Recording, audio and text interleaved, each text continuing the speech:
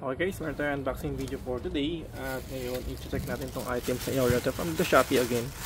So, ayan. Meron siyang label. Yes, of course. Okay, may plastic niya, no? Wala naman siyang sabit. Check natin siya, no?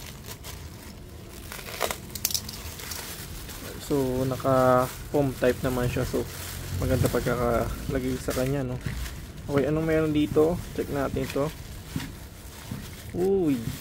So, ito yung ating in-order na jacket, no? Made in China. So, saan natin siya ilalagay? Actually, ano siya dito, guys? Dito natin siya ilalagay. Ito kasi yung mga lamp natin na yes, yun nga lang problema talaga dito is ayun, nagatuna. Tapos yung wire talaga niya as in, to pag kinat mo talaga siya, gatong-gatuna. No, feeling ko naman nag-short to eh. Pero anyway, yun, dito natin siya lalagay. So, ito pamalit siya sa mga ganitong klaseng lamppost. Ayan. Check natin ito mamaya. Tingnan naman guys. Tumi na. So, yun. So, apat nga pala to guys. Apat yan.